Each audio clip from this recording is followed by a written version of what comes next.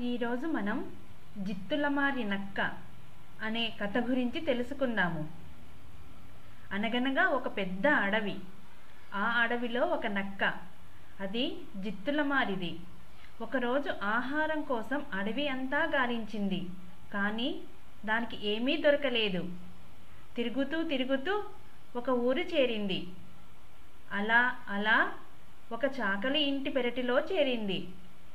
నక్కని గమనించిన చాకలి దానిపై కర్ర విసిరాడు. నక్క పరుగు తీసింది. ఆ కంగారులో పెరటిలో ఉన్న రంగునీళ్ల తొట్టిలో పడింది. నక్క ఒళ్ళంతా నీలిరంగుగా మారిపోయింది. ఒళ్ళు దులుపుకొని లేచి మళ్ళీ అడవిలోకి పారిపోయింది. అడవిలోని జంతువులు ఈ నీలిరంగు నక్కను చూశాయి.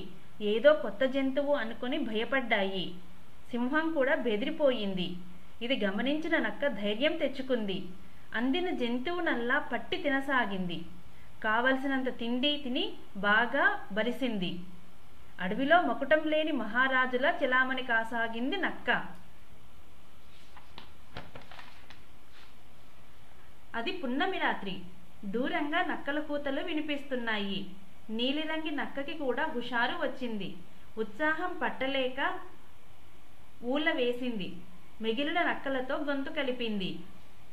అడవిలోని జంతువులన్నీ దీనిని గమనించాయి. ఈ కొత్త జంతువు కూడా మామూలు నక్కేనని గుర్తించాయి. వెంటనే పెద్ద పులి నీలిరంగు నక్కపై పడి చంపేసింది. ఈ కథలోని నీతి, రంగు మారినా బుద్ధి మారదు కదా.